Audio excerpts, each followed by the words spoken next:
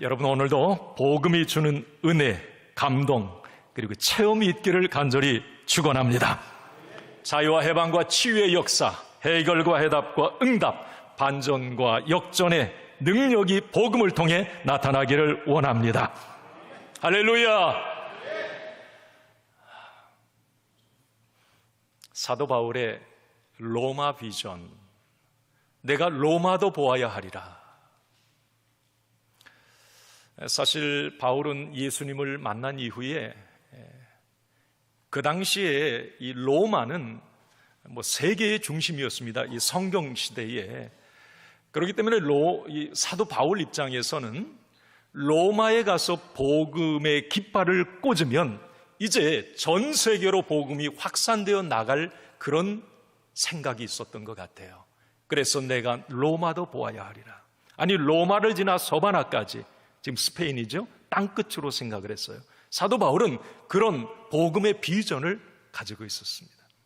자, 오늘 이제 우리가 본문으로 읽으셨던 사도행전 26장은 이제 바울이 이 재판 과정에 있는데 이제 로마로 전 당시의 유대인의 최고 권력자 왕이었죠. 이 아그리파 2세 그 왕 앞에서 마지막 어떤 변론을 하는 그런 장면입니다. 사실 이 변론이라는 표현이 여기 있습니다만은 변론은 자기의 어떤 그 정당성을 얘기하는 거잖아요. 그런데 오늘 이 말씀에 보면 바울은 그게 아니에요. 그 유대인의 왕 앞에서 복음을 전하는 장면을 우리가 보게 됩니다. 자기가 살아보겠다고 자기 변호하는 게 아니라 그 순간에도 복음을 전하고 있다고 하는 사실이 참 놀랍습니다. 내가 만난 예수님, 내가 믿는 예수님, 내 인생 가운데 역사하신 예수님에 대해서 자신의 생생한 간증과 함께 복음을 전하고 있습니다. 바울은 그 왕 앞에서 담대하게 직언을 합니다. 당신들이 그렇게 기다렸던 메시아, 아니 구약을 잘 아는 당신들, 유대인들, 아니 메시아 기다리지 않느냐고. 그런데 그 메시아가 오셨단 말이에요. 그분이 예수 그리스도라고 분명히 말을 해요. 왜 그것을 믿지 못하느냐는 겁니다. 이 바울이 이 분노 지점이 바로 여기인데 뭐냐면 당시 유대인 종교 지도자들은 예수님이 메시아인 걸 알았어요. 그냥 모르고 그랬으면 괜찮아요. 알면서도 모르는 척, 이 괘씸한 거예요. 여러분, 우리가 죄를 지어도 알면서 지은 죄는 이 괘씸죄가 추가될 것 같아요. 제가 생각할 때. 여론이나 이런 게 말이죠. 그런데 모르고 어떻게 그냥 잘못해서 아차 실수로 그렇게 하는 경우는 정삼 참작이 좀 될 것 같고요. 지금 이 사도 바울의 입장에서는 아니 유대 종교 지도자들, 당신 아그리파 왕도 마찬가지야. 아니 예수님이 메시아인 걸 알면서도 인정하지 않는 그 이중 플레이, 이건 잘못됐다는 겁니다. 바울이 그 부분에 이제 상당히 분노를 합니다. 그러면서 이제 이 사도 바울은 자신이 과거에 당신들과 똑같았던 그런 사람이었다라는 것, 자신의 과거 이력을 이제 이야기해요. 왕 앞에서. 이건 뭘 의미하느냐면 나를 보고라도 나도 당신들처럼 그렇게 예수쟁이들 핍박했던 사람인데 예수님, 메시아, 그분이 메시아 예수님 맞아. 나는 그분을 만났으니 당신들도 빨리 돌아왔으면 좋겠다. 이 이야기를 이제 하는 건데, 자, 우리 9절에서 오늘 11절 본문으로 한번 돌아가서 바울이 자기가 과거에 어떤 사람이었는지를 이제 왕 앞에서 얘기하는 거예요. 한번 같이 읽습니다. 시작. 나도 나사렛 예수의 이름을 대적하여 많은 일을 행하여야 될 줄 스스로 생각하고 예루살렘에서 이런 일을 행하여 대제사장들에게서 고난을 받아가지고 많은 성도를 옥에 가두며 또 죽일 때에 내가 찬송하였으니 투표를 하였고 또 모든 회당에서 여러 번 형벌하여 강제로 모독하는 말을 하게 하고 그들에 대하여 심히 격분하여 외국 성에까지 가서 박해하였고. 이게 자기 이야기예요. 바울 자신도 예수님을 만나기 전에 지금 당신 유대인들처럼 예수 믿는 사람들을 그렇게 핍박했고 검거해서 옥에 가두고 심지어는 죽이는 일까지 내가 했던 사람이요.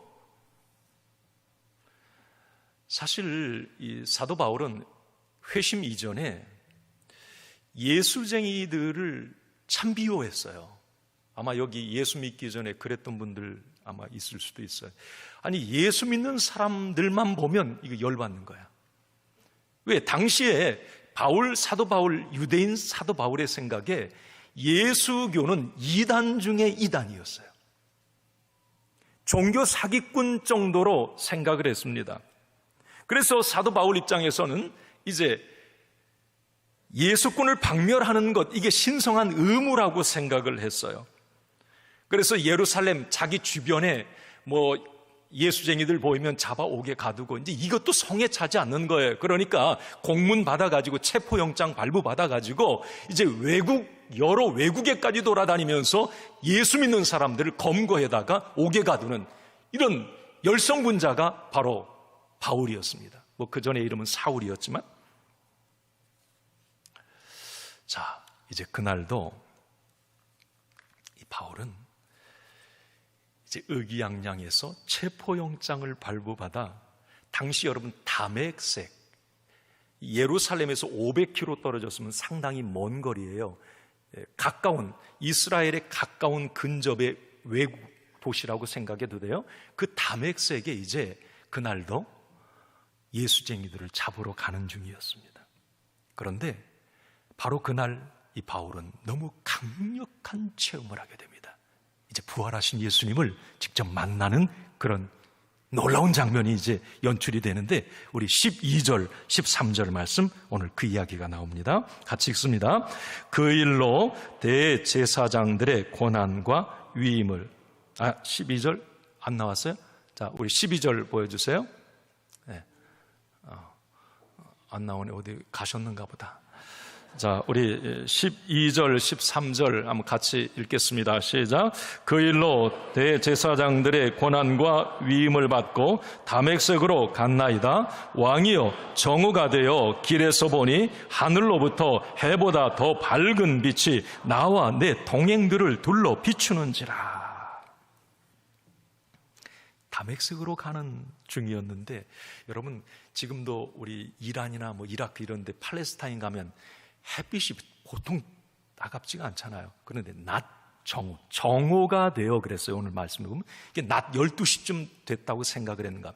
그때 햇빛이 가장 강렬하게 내리칠 그때에 그 햇빛보다 더 밝은 어떤 강한 빛이 이제 사울 자기와 같이 갔던 동료들을 비췄다 그랬어요. 강타한 겁니다. 그런데 그 빛으로 인해서 사울과 그 일행이 그 자리에서 쓰러져 버렸어요. 그런데 자, 쓰러져 있는 바울, 이 사울에게 히브리 방언으로 말이 들리는 거예요. 자, 그 이야기가 뭐였느냐면, 어떤 음성이 들렸느냐면 14절에 그 이야기가 나오죠. 자, 우리 14절에 있습니다. 우리가 다 땅에 엎드러짐에 내가 소리를 들으니 히브리 말로 이르되 사울아 사울아 내가 어찌하여 나를 박해하느냐, 가시채를 뒷발질하기가 내게 고생이니라. 자, 히브리 말로 들렸다고 그랬죠. 자, 빌립보서 3장 5절에 보면 바울은 자기가 히브리인 중에 히브리인이라고 얘기를 해요. 히브리 말로 들었다는 건 직접 들었다는 말이에요. 그러니까 여러분, 하나님의 음성을 어떤 무슨 마음으로, 성령의 감동으로 간접적으로 들은 게 아니라 그 히브리 말로 직접 들은 거예요. 이 사도 바울은. 자, 여러분, 하나님의 음성을 어떻게 들을까요? 달라스 윌라드의 그 하나님의 음성이라는 그 책에 보면 많이 공감이 돼요. 자, 하나님의 음성을 듣는 법, 거기 그랬는데 지금 바울이 히브리 말로 직접 들었어요. 자, 그런데 그 달라스 윌라드가 이제 하는 말이에요. 성경의 시대, 과거, 그러니까 이 성경의 시대는 하나님이 직접 말씀하세요. 직통계시라고 그러죠. 직통계시. 선지자들, 왕들, 제사장들, 사도들, 오늘 사도 바울도 하나님이 그 언어로 히브리 말로 직접 말씀을 해주세요. 자, 그런데 지금은 성령의 시대입니다. 지금은 어떻게 하나님이 말씀하실까요? 여기 하나님으로부터 한국말로 직접 음성 들으신 분 한번 좀 손 들어봐요. 지금 이 시대는 직통계시가 아니에요, 여러분. 어디 기도원 원장이 직통계시 받았다, 직접 하나님 음성 들었다, 여기 교회 담임 목사로 세우세요. 네. 지금은 성령의 시대입니다. 하나님은 여전히 우리에게 음성을 들려주시는데 간접적으로 여러 통로를 통해서 하나님의 음성을 확인하게 하십니다. 예를 들면 하나님의 말씀을 읽다가 하나님의 어떤 음성이 감동으로 오게 돼요. 레마의 말씀으로 옵니다. 어떤 때는 어떤 믿음의 권사님, 집사님, 장로님과 대화하다가 내 고민이 확 풀어지는 경우가 있어요. 그분을 통해 하나님이 말하게 하세요. 나귀를 통해 막 말하게 하시듯이. 또 어떤 때에는 어떤 사건을 통해서 하나님이 깨닫게 하시고 말씀을 해주시고, 어떤 자연을 통해서도 뭔가 어떤 순간 막 확 깨달음이 오게 돼요. 하나님은 지금 이 시대 여러 통로를 통해서 하나님의 뜻을 보여주시는데 중요한 것은 이겁니다. 내 자신이 언제나 하나님을 향해 열려있는 마음과 그리고 간절히 내가 어떤 일상에서 움직임을 통해서도 그 하나님의 음성을 듣고자 하는 간절함이 있을 때에 하나님의 음성을 듣게 돼요. 이건 확실합니다. 오늘 그런 자 보세요. 오늘 이 바울은 직접 들어요. 히브리 말로 직통계시가 온 거예요, 한마디로. 자, 뭐라고 말씀하셨을까요?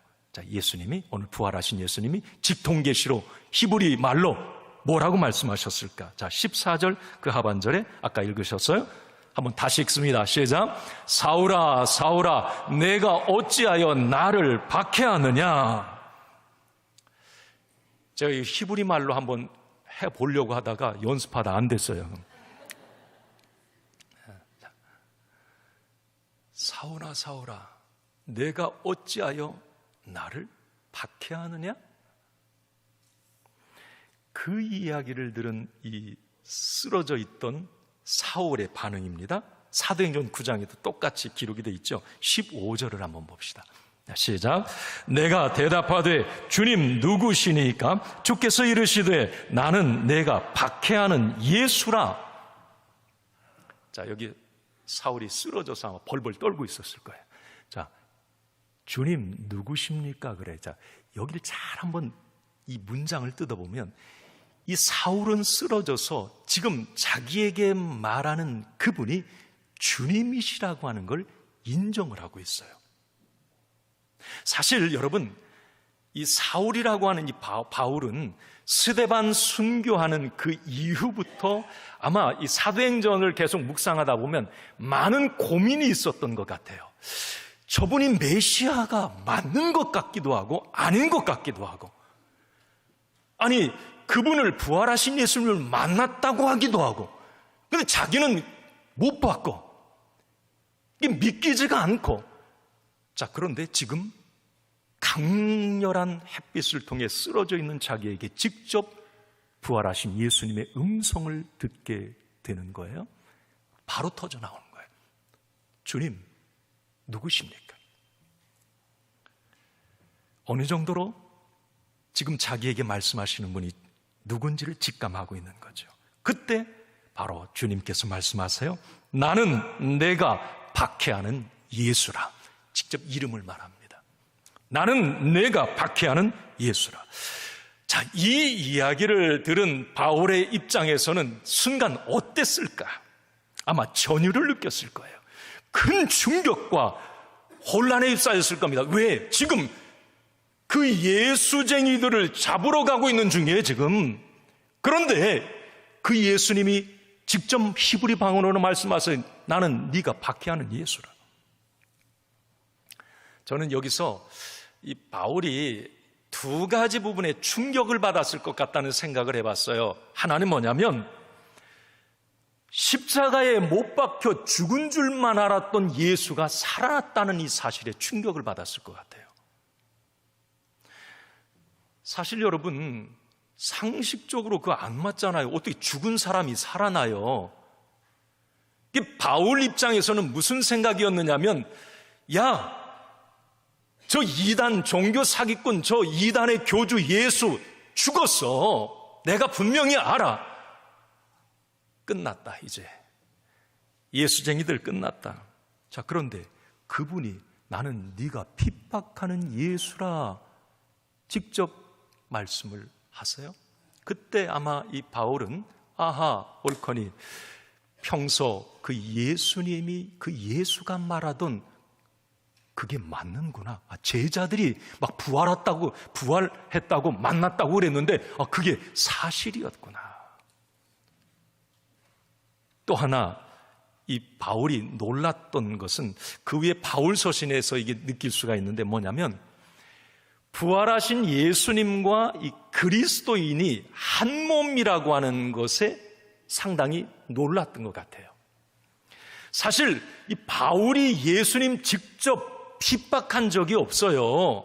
그러잖아요. 본 적이 없단 말이에요. 그런데 지금 바울에게 나타나서 말씀하시는 예수님 말씀은 나는 네가 핍박하는 예수라고 말을 해요. 이것은 뭘 말합니까? 예수님과 그리고 그리스도인들을 한 몸으로 여기시는 것을 우리가 알 수 있게 돼요. 이게 이제 나중에 이 사도 바울이 에베소서, 골로새서에 보면 계속 말하는 게 예수님은 교회의 머리가 되고 그리스도인들은 그 몸이 되고 지체가 된다. 이게 한 몸이다라고 이게 자꾸 얘기를 해요. 아마 여기서 많은 걸 깨달은 것 같아요. 나는 예수 핍박한 적이 없는데 아니 자기를 핍박했다고 얘기하거든요. 저는 오늘 이 바울과 예수님의 만남, 이 대화를 통해서 이것을 깨닫게 됩니다. 이걸 이제 여러분들에게 적용해 보세요. 자, 첫째 한번 읽어봅시다. 제가 이렇게 정리를 해봤어요. 자, 방송실, 네, 부탁드립니다. 자, 거기 말고요. 자, 바울과 예수님의 만남, 대화에서 깨닫게 되는 첫째는 뭐냐면, 자, 지금 여기 부활하신 예수님이 살아계시다고 하는 사실, 그 예수님이, 부활하신 예수님이 나의 구원자라고 하는 사실, 그 예수님이 말씀하신 천국과 지옥이 있다는 이 사실, 자, 여러분 이게 믿어지십니까? 믿어지세요?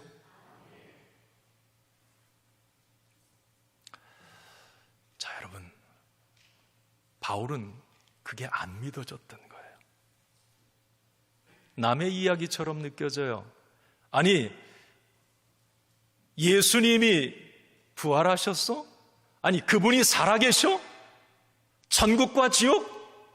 야, 그건 어떤 동화 속의, 성경 속의 이야기야. 못 믿었던 사람입니다. 자, 저는 오늘 이 시간 예배드리는 저와 여러분, 성령님께서 우리를 강력하게 만나주심으로 예수님이 나의 구주, 나의 하나님으로 믿어지시고 천국과 지옥이 확실히 믿어지는 은혜가 있기를 바랍니다. 보고 듣고 느끼는 강력한 성령의 체험이 있기를 바랍니다. 여러분, 어떻게 예수님이 그 복음의 능력이 안 믿어지는데 예배가 은혜가 되겠어요? 한번 생각해 보세요. 어떻게 기도하면서 하나님, 전능하신 하나님, 그 살아계신 하나님이 믿어지지 않는데 무슨 기도를 하겠느냐 말이에요. 아니, 예수님의 부활의 사건이 그 천국과 지옥이 믿어지지 않는데 어떻게 전도를 확신 가지고 하겠습니까? 안 되는 거예요, 여러분. 이 시간 이 자리에 참여한 모든 분들, 예수님이 나의 구주, 나의 하나님, 부활의 주님으로, 성령으로 지금도 동일하게 역사하시는 하나님으로 믿어지기를 바랍니다. 체험이 있기를 바라요. 체험이 있기를 바랍니다. 사울은 체험이 없으니까 엉뚱한 일만 해요. 핍박하고 그냥 주님 마음 아프게 하는 일만, 못 만났으니까. 자, 그런데 여러분, 예수님을 인격적으로 만난 사도 바울이 어떻게 뒤집어집니까? 순교, 죽는 자리까지 가는 거예요.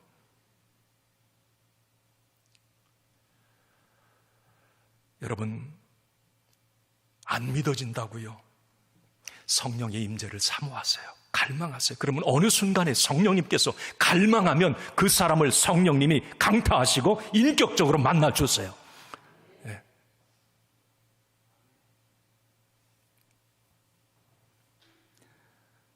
또 하나, 저는 오늘 이 바울이 예수님을 만나고 그 음성을 듣는 그 장면을 생각하면서 이런 생각이었어요.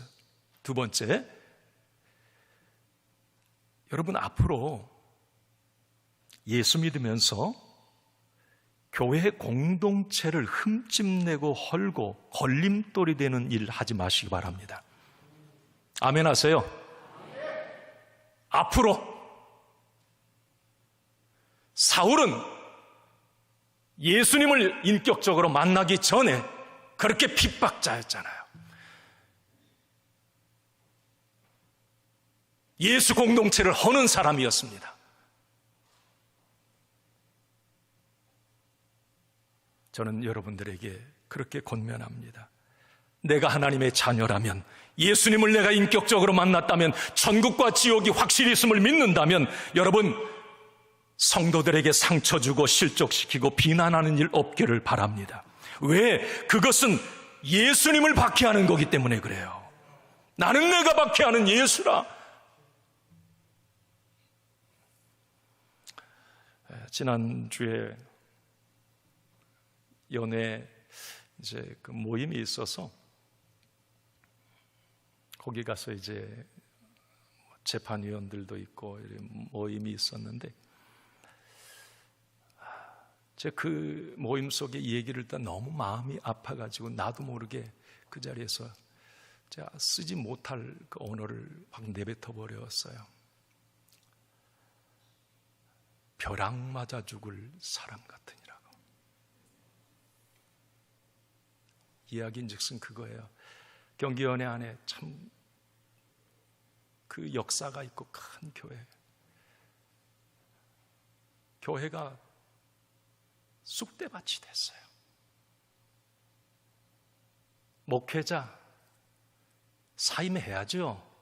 하나님의 영광스러운 교회가 그 지경까지 됐으면 물러나야죠. 장로 그 정도 됐으면 맷돌 메고 자살을 하든지. 하나님의 영광스러운 교회가 성도들이 상처받고 울고 떠나가고, 나는 내가 박해하는 예수라.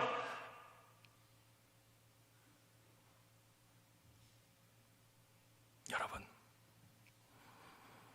영광스러운 교회를 세워가며 함께 신앙생활하는 영가족들을 격려하고 사랑하고 응원하는 성도들이 되시길 바랍니다. 얼마나 사시겠어요? 내 남은 인생 정말 이제 하나님의 영광을 위해서 몸된 교회를 세워가며 은혜의 공동체로 만들어가는 이 일에 시간이 부족합니다. 오늘 사도 바울은 그것 때문에 벌벌 떨었을 거예요. 아, 하나님이 살아계시구나. 예수님이 진짜 부활하셨구나.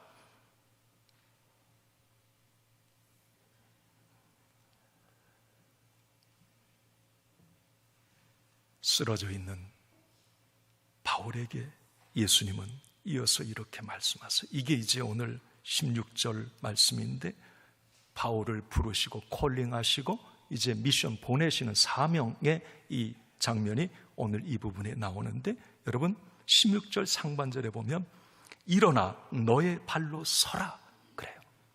한번 우리 읽어봅시다. 시작. 일어나 너의 발로 서라. 일어나 너의 발로 서라. 일어나 너의 발로 서라. 이건 뭘 말합니까? 지금 쓰러져 있는 이 사울, 지금 벌벌 떨고 있어요. 죽은 줄 알았어. 예수가 살아계시는군요. 너무 무서운 거예요. 그때 예수님이 자, 일어나 이제 네 발로 서라. 이건 가라 이 말입니다. 이제 한 목표를 향해 걸어가라는 말이지요. 어떤 일이 있어도 주저앉지 말고 내가 너에게 준 사명 붙들고 뒤돌아서지 말고 사명을 위해서 직진하라는 겁니다. 자, 일어나 내 발로 서라. 엄중한 사명의 위임입니다. 그 후 바울은 진짜 그렇게 살아요. 사명을 위해서 이제 뚜벅뚜벅 그 길을 걸어갑니다. 순교의 자리까지 가요. 사도행전 20장에 바울이 한번 이런 이야기를 해요. 20장 23절과 24절 말씀인데 한번 같이 읽습니다. 오직 성령이 각 성에서 내게 증언하여 결박과 환난이 나를 기다린다 하시나 내가 달려갈 길과 주 예수께 받은 사명을 곧 하나님의 은혜의 복음을 증언하는 일에 이를 마치려 하면은 나의 생명조차 조금도 귀한 것으로 여기지 아니하노라. 아멘. 여러분, 믿음의 길, 직분자의 길, 사명의 길에서 갈팡질팡 흔들리지 않기를 바랍니다. 사람 때문에, 비난 때문에, 억울함 때문에, 어떤 고난 때문에 주저앉지 않기를 바랍니다. 그동안 나를 위한 인생을 살았다면 남은 인생, 나의 남은 날을 계수하며 주 예수께 받은 사명, 그 사명자의 삶을 살아가기를 바랍니다. 오늘 저는 그런 은혜를 받아요. 일어나 내 발로 서라. 이제 일어나 내 발로 서라. 이제 너는 나를 만났으니 이제 그렇게 앞만 보고 복음을 향해 달려가라. 그렇다면 바울에게 주어진 사명은 뭘까요? 그러면 뭐 들고 가야 돼요? 지금 일어나 내 발로 서서 가야 되는데 그 사명의 내용이 뭐냐? 오늘 17절과 18절 말씀, 자, 마지막 절까지 17절 18절 말씀 같이 읽겠습니다.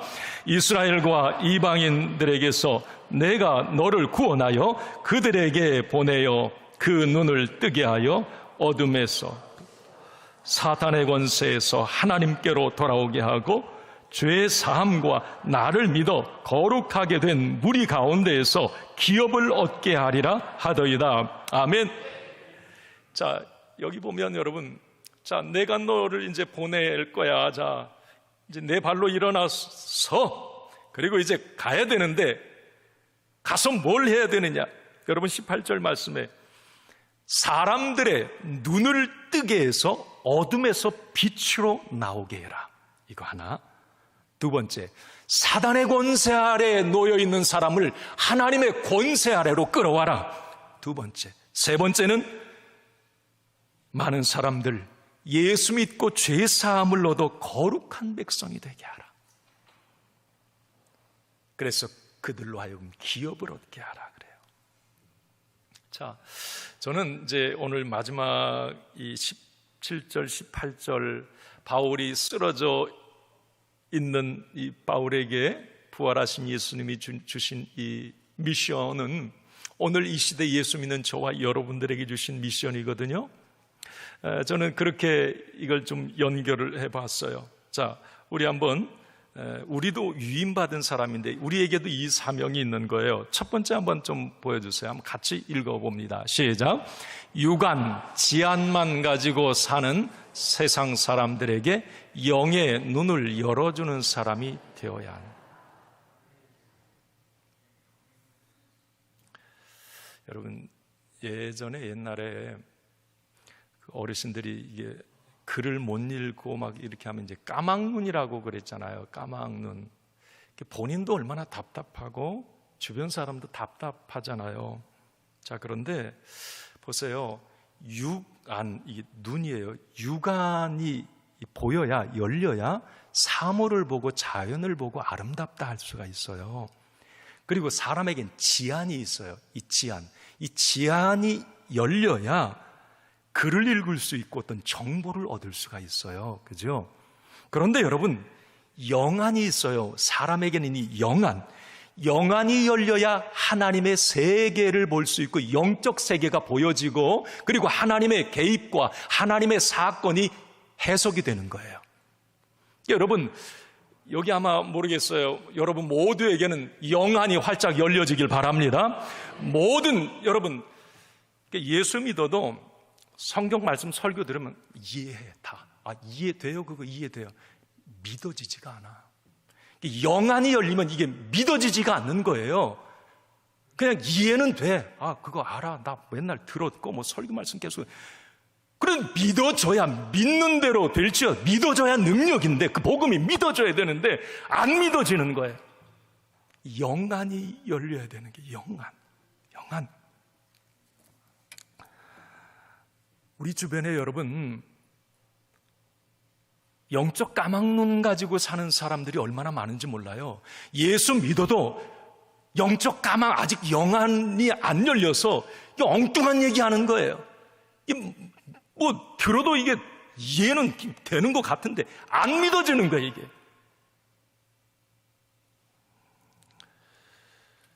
오늘 사도 바울에게 부활하신 예수님은, 자, 나 봤지, 너?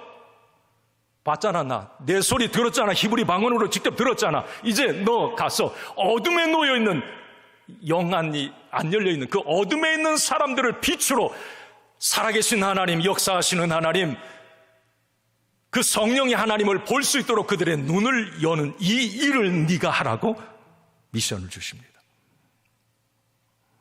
여러분, 먼저 저와 여러분들이 살아계신 하나님이 느껴지고 깨달아지고 영으로 확신할 수 있는 그런 어떤 영안의 눈이 활짝 열려지기를 간절히 소원합니다. 그리고 주변에 많은 사람, 아직도 영적 까막눈을 가지고 사는 사람들에게, 그들에게 뭔가 복음을 통해서 성령이 어떤 경로로 역사할지는 모르겠어요. 그렇지만 사명감을 가지고 그들에게도 이 복음의 능력을 선포하고 예수의 생명이 그들에게 역사하길 원하고, 그들의 어떤 눈, 육안 지안만 가지고 사는 그들이 영적 세계, 하나님의 세계, 천국과 지옥의 확실함을 믿고 인생 살아갈 수 있도록 이 사명을 여러분들이 감당하시기 바랍니다. 네.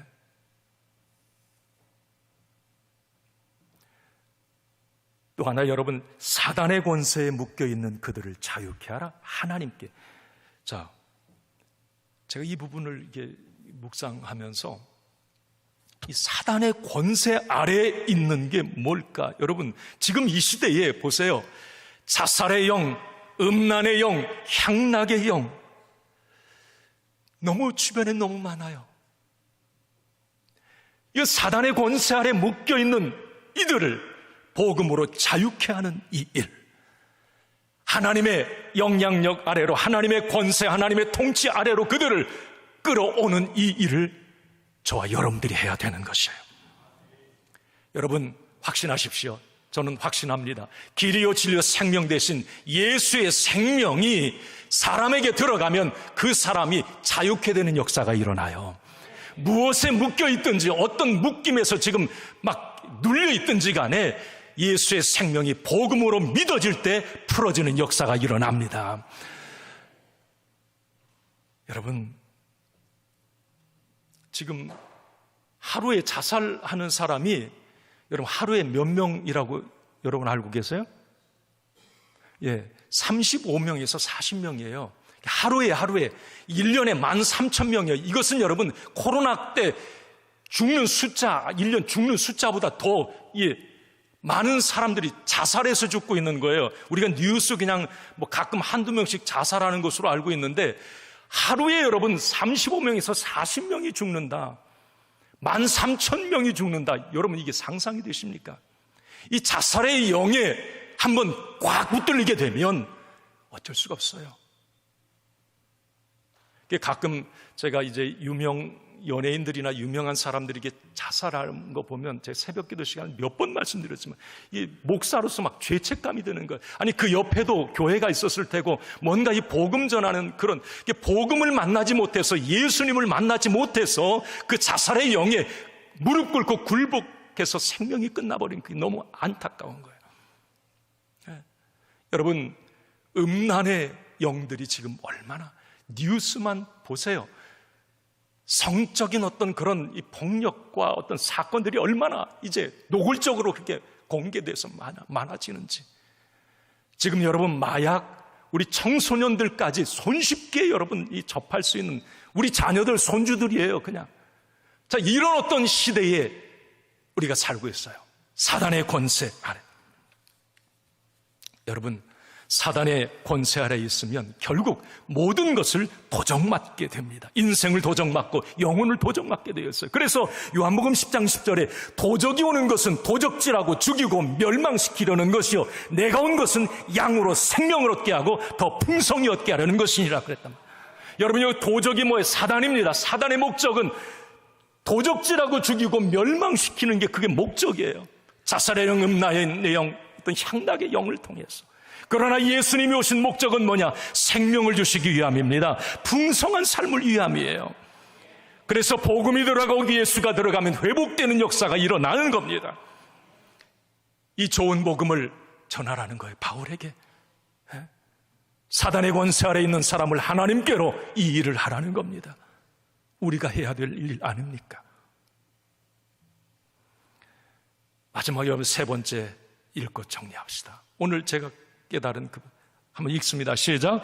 사단의 권세 아래 놓인 사람들을 거룩한 무리가 되게 해서 그들에게 영원한 기업을 선물해 주는 사람이 되어야 한다. 여기 오늘 아까 예수님이 지금 꼬꾸라져 있는 벌벌 떨고 있는 이 사울에게 하신 말씀이에요. 많은 사람들 죄 사함 얻어서 거룩한 무리 만들어. 자, 그럼 거룩한 무리에게 주는 가장 큰 선물이 뭐냐? 기업이야, 기업. 그 기업은 천국을 말하는 게 천국.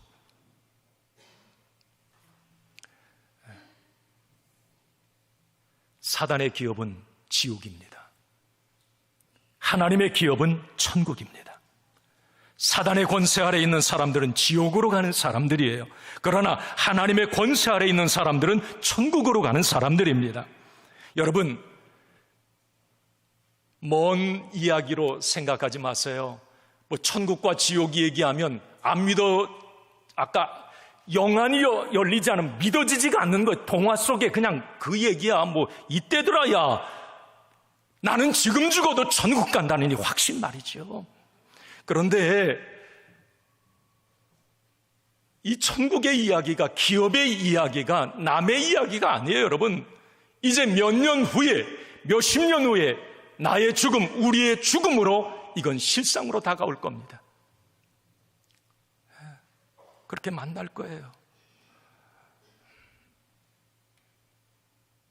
사도 바울에게 부활하신 주님은 절박한 마음으로 내가 이 천국을 기업으로 선물해 주는 이 일 너는 죽도록 해야 된다.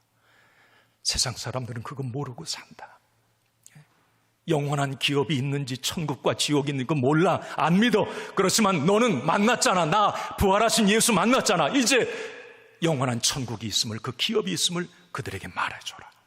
사도 바울은 나중에 보세요. 계속 가는 곳마다 뭘 얘기해요? 십자가와 부활과 천국 이야기로. 그 이야기밖에 안 해요. 자, 여러분, 오늘 이제 말씀을 마칩니다.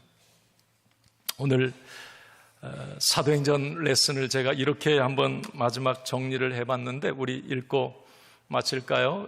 오늘 복음을 제가 이렇게 선포하면서 어쨌든 뜨겁게 이 복음을 우리가 경험해야 되고 내가 복음을 만난 주인공이 되어야 되고 나를 통해 이 복음이 흘러가야 되는데 오늘 이렇게 한번 결론을 내려봤어요. 같이 읽습니다. 시작. 감으로 연수와 직분으로 예수 믿지 말고 복음의 확실과 확신으로 예수 믿자. 영안이 열려야 비로소 인생의 신세계가 열린다. 하나님 앞에서 종과 증인으로 사는 것은 반드시 반전과 역전의 결과를 가져온다. 제 시간이 없어서 세 번째는 말씀을 못 전했습니다. 어쨌든 여러분 오늘 이 말씀 마음에 잘 새기시고 여러분 모두가 복음의 증인 되시기를 주님의 이름으로 축원합니다.